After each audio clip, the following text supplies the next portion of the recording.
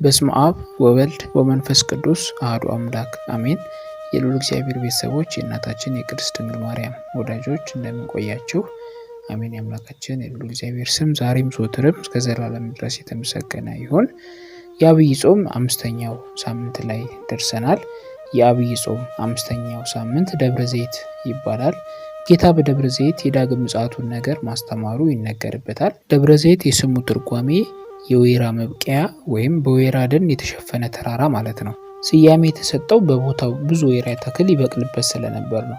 እርሱም በደብረ ዘይት ተቀምጦ ሳለ ደቀ መዛሙርቱ ለብቻው ወደ እርሱ ቀርበው ንገረን፣ ይህ መቼ ይሆናል? የመምጣትህና የዓለም መጨረሻ ምልክቱስ ምንድን ነው አሉት። የማቴዎስ ወንጌል ምዕራፍ 24 ከቁጥር 3 ላይ ስለ ጌታ መምጣት ትንቢተ ዘካርያስ ምዕራፍ 14 ከቁጥር 5፣ የሐዋርያት ሥራ ምዕራፍ 1 ከቁጥር 11 እንዲሁም አንደኛ ተሰሎንቄ ምዕራፍ 4 ከቁጥር 16፣ ራዕየ ዮሐንስ ምዕራፍ 22 ከቁጥር 7 ላይ ገልጿል። አመጣጡስ እንዴት ነው የሚለውን ስንመለከት ጌታ ይህንን ዓለም ለማሳለፍ ለሁሉም እንደ ስራው ለመክፈል በግርማ መለኮቱ ይመጣል። ጊዜውም ዘመነ ዮሐንስ ወርሃ መጋቢት ዕለተ እሑድ መንፈቀ ሌሊት እንደሆነ ሊቃውንት ይናገራሉ። ምነው የሚያውቀው የለም ይባል የለምን ቢሉ እውነት ነው፣ የሚያውቀው የለም። ብዙ የዮሐንስ ዘመን፣ ብዙ መጋቢት ወር፣ ብዙ የእሁድ ዕለት አለና ለይቶ የሚያውቅ የለም። ሞት ለማንም አይቀርምና ሁሉም ይሞታል።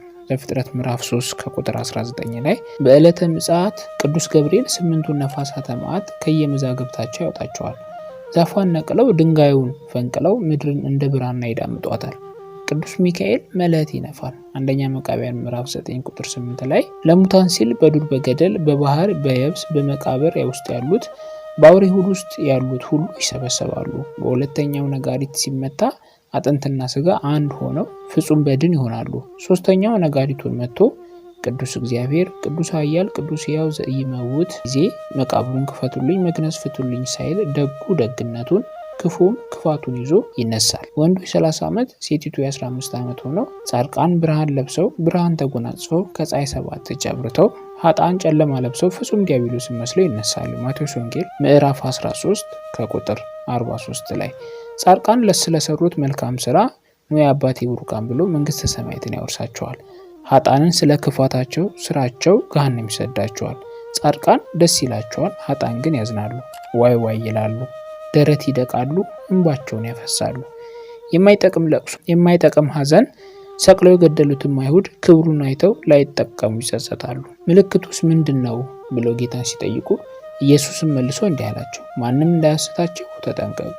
ብዙዎች እኔ ክርስቶስ ነኝ እያሉ ይመጣሉና ብዙዎችንም ያስታሉ። ጦርንም የጦርንም ወሬ ትሰሙ ዘንድ አላችሁ። ይህ ሊሆን ግድ ነውና ተጠበቁ፣ አትደንግጡ። ዳሩ ግን መጨረሻው ገና ነው። ህዝብ ላይ መንግስት በመንግስት ላይ ይነሳል። ረሃብም ቸነፈርም መናወጥም በልዩ ልዩ ስፍራ ይሆናል።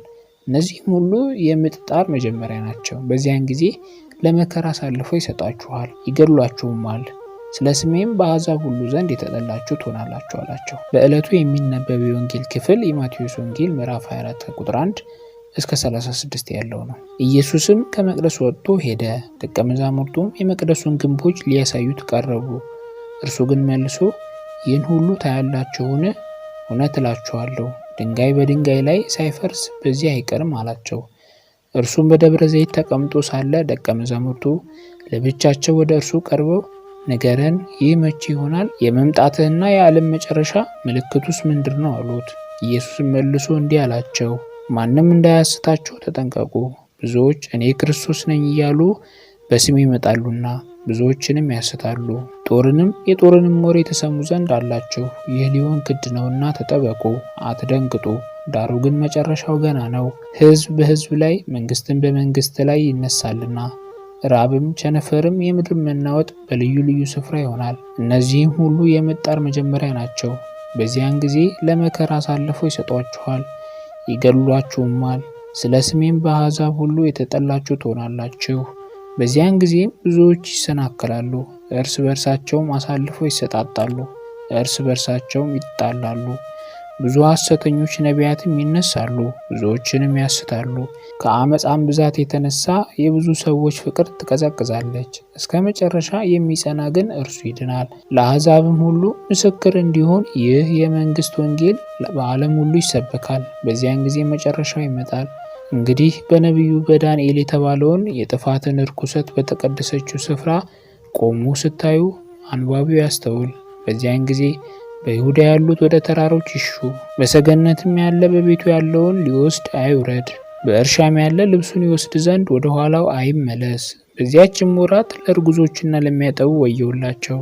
ነገር ግን ሽሽታችሁ በክረምት ወይም በሰንበት እንዳይሆን ጸልዩ። በዚያን ጊዜም ከዓለም መጀመሪያ ጀምሮ እስከ ዛሬ ድረስ ያልሆነ እንግዲህም ከቶ የማይሆን ታላቅ መከራ ይሆናልና።